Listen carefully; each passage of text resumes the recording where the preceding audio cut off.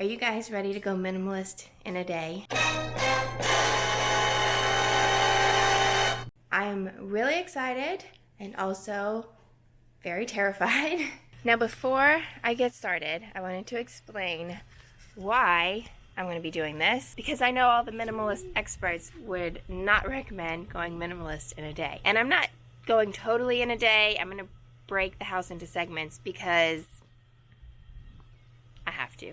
I've got a 3-year-old, so obviously I cannot do it all in a day. But I'm going to completely do one room every day. And the reason I am putting my butt to the fire and doing it this way is because we are planning a move. We don't have the next place to live yet. So the plan is we're just gonna clean out this house and then we're gonna live in our RV for however long it takes to find the next piece of property. The RV is only like 300 to 400 square feet, very small space, so we need very few things.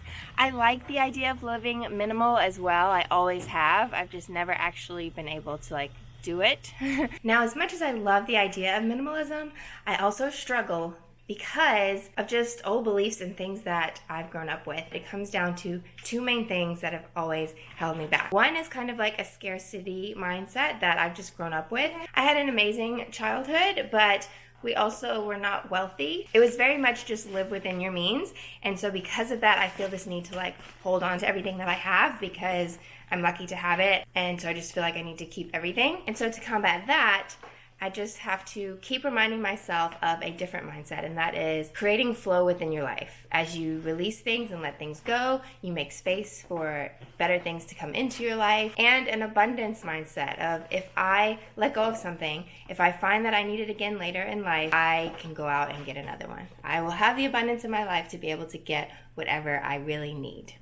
And then the second thing is that I don't like to waste. We are very much nature lovers. Because of that, I don't want to be wasteful. So I have a really hard time of letting things go and getting rid of things. So to combat that, I'm going to do my best to donate as much as I can. We do have a thrift store that supports a local animal rescue, so I bring everything over there and then getting rid of trashing some things. So that's just gonna have to happen.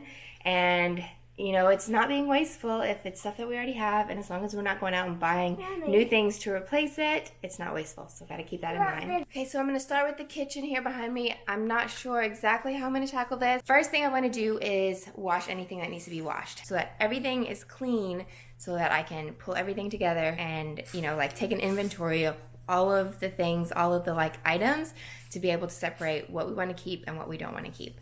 Okay, we've got a bit more light in here now. We still have this horrendous yellow light, but at least I have a light box in front of me. Starting out with, obviously we have the trash can over there, so anything that needs to get thrown away is going to go in the trash can. I also have brought in a box, so if there's anything that we are going to pack away and put in storage, can go in this box. Anything else that we're going to keep and that we use now, the most important things that are going to stay with us in the RV, will obviously just stay out in the kitchen because we're still here for probably just a couple weeks. So that will stay out in the kitchen, but everything, it should be really clean in the kitchen, which will make it easy for us to move into the RV in a couple weeks' time. Oh, I just turned around and realized that Zia's already started back here. What you got going on here? You just organizing? I love it. Okay, now comes the painful part of taking everything out of all the cabinets. The problem with that is it's going to be very difficult with a toddler in the house, because as soon as I take stuff out, she's going to be walking off with it and playing with everything. So this is the challenge. Bye. You're going in the box. Bye-bye. I'm going to put you in the box with me and make it snuggle. One thing I am really excited about with starting with the kitchen is that this will help with health goals as well. So if you live in a disorganized, cluttered kitchen, it's much harder to be healthier. So we've got tons of supplements. Obviously, we try out lots of stuff before we suggest things to our clients and all that. But also, when you just don't have tons of excess dishes, you just get in a system of what you use that helps your health and is good for your health. And you use those things consistently. Okay, let's go pee. And yeah, there's nothing else to clutter your mind or clutter your kitchen. Look at all the stuff I have. I have my kitchen here in the background so you can see it. Like, I want to see if there's any sort of system or routine that you have with it that I can like group things together. Can we get rid of one of these? Because it'll be, this is big, like it's cheap. And get rid of that dog one. get rid of this one, okay. I just realized a very important thing that was missing, and that is a giveaway box. No, we don't eat eggs. I just got a whole bunch of empty boxes from Whole Foods, so. This one's making a house out of boxes and 3, 4, 5, right under my 8, feet. 9, 10. Okay guys, this is a perfect example of why being minimal is so good. I'm cleaning out this tea/junk drawer that we all have. And there's so many random tea bags in here, and I managed to organize them all into one little caddy. But as I'm going through this and I'm finding all these bags of tea that's like jammed under stuff and forgotten about, I remember how much I love tea. And I can't wait to like try out some of these teas that I haven't had in ages. Guys, I've done one cabinet and one drawer, and I'm mentally exhausted. There's so much left to be done. Okay, let's see what's next. Let's talk about this cabinet next. This is like the junk cabinet, the catch-all, random stuff, manuals and cookbooks. This is another example of something that is useful. I use it. I used to use it more often when I made lots of recipes all the time for social media and whatnot, our programs. This is a spiralizer. But what's helping me right now is to ask myself, not do I use this, will I use this, but rather to just think, do we need this in the RV? Am I going to use this while we're in the RV? And if the answer is no, is it valuable enough to store in a storage unit? If the answer again is no, I'm donating it. That's it. Those are my guidelines as to whether or not I'm keeping things right now. And it is actually really helping. Guys, I am so disgusted by this under the sink. I've broken out the gloves to clean under here because they were like dead bugs. We never go under here, so it was stuff like cleaners and stuff from the people who stayed in here while we were in New Zealand. I'm gonna scrub the bottom of this out now that it's empty. Everything else should be easy after this. Alright guys, we're taking a little break in Zia's little tent. I'm gonna take a break with her for a minute. We're gonna have a little snack, a little monk pack cookie. Where's my toy? She's dying for some mommy time, even though she's literally been on the floor under my feet in the kitchen the entire time. She just needs my full undivided attention, so we're gonna have a little break. Yeah, I need my cookie. I need your cookie. My yellow snuggie. We're about halfway through the day, more than halfway through the day. So I'll have this half the kitchen to go. Hopefully this side will go a little bit faster than the last side. So a lot of these plates were just gifted, handed down to me. Like not even gifted, they weren't new, they were just hand-me-downs from someone else when they cleaned out their house. So I'm going to let these all go to the thrift shop. And some of these old dishes are fine. They're just like a little bit stained for whatever reason. So I hate to give them to the thrift shop looking like disgusting, even though they're not really disgusting. Sure, they could be cleaned. I wish I didn't have to do it, but I'm afraid if I just give it to them looking like that, they're just gonna like toss them out. So I'm trying some vinegar and baking soda. I read that for like coffee mugs or something that could clean the stains out of them. So we're gonna see if that works. Y'all, this is working so well. Okay, so this is the baking soda and vinegar. See if I can do this one-handed. All I take is the baking soda off the bottom and just scrub it on there. And you can see from there that it's coming right off. It's hard to do one-handed, but you can see that that clean spot is where it came off. So if you guys have stained cups or dishes, try this. Baking soda, see, there it goes, and white vinegar. I'm on the dreaded Tupperware cabinet, you guys. But this cabinet and this drawer are the last things in the kitchen. I will have to probably take a pause because Fraser wants me out of the kitchen and my mess out of the kitchen so that he can make his dinner. So I'm just finishing up this right now. I'm gonna clean up the whirlwind that is left behind me. And then, yeah, I'll take a pause while we have dinner and all that stuff. Probably finish up when it's late and dark. I will finish it tonight. I will give you the big reveal first thing tomorrow morning when it's nice and bright again. And also, we'll be starting on the next section of the house. Good morning, guys. It is the next day, the next morning, and I am so excited to show you the kitchen. I am so proud of everything that I did in there. But before I show you, let me just tell you, first of all, I am in love. I am in love with the process. Everyone should do this. Highly recommend it. Try it. Second of all, we have a small kitchen, okay, guys?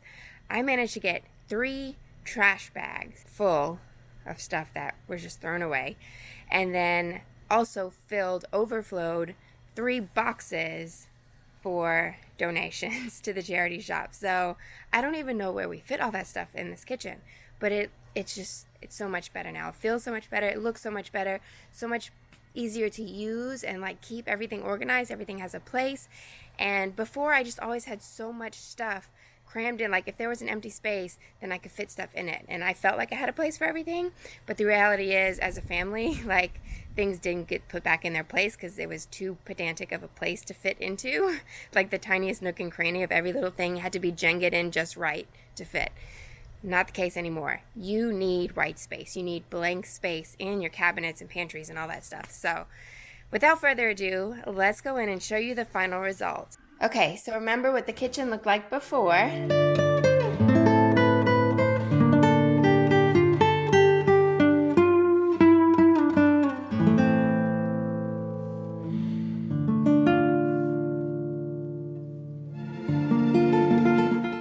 And now here is the after. So this is the part that has been done.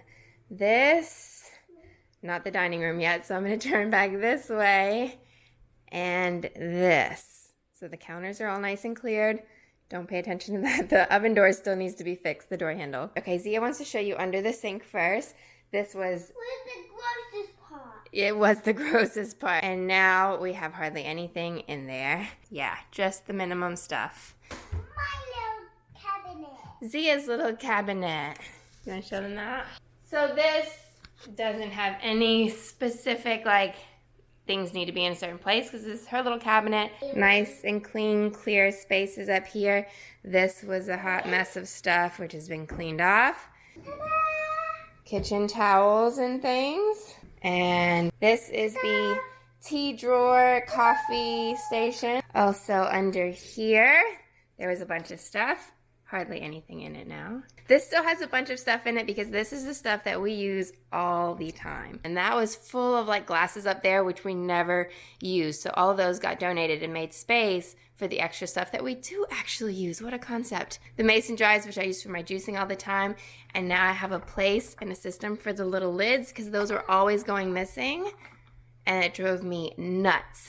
This looks so much nicer. Got rid of anything that was not cast iron. We got rid of anything that was nonstick. That stuff is super toxic, so we don't use any of that. So cleaned all of those old ones out, and we only have the cast iron now. And just some cutting boards and mixing bowls. Nice and neat. And look at all the empty space. It's wonderful. This was full, so I cleaned out about half of it. Up here, bunch of stuff cleaned out. So nice. You can actually get things in and out without having to move other things. This is pretty much empty as well. This is just a crock pot, which I'll probably offer if the person who rents this wants to use it, because we know the people that will probably rent it.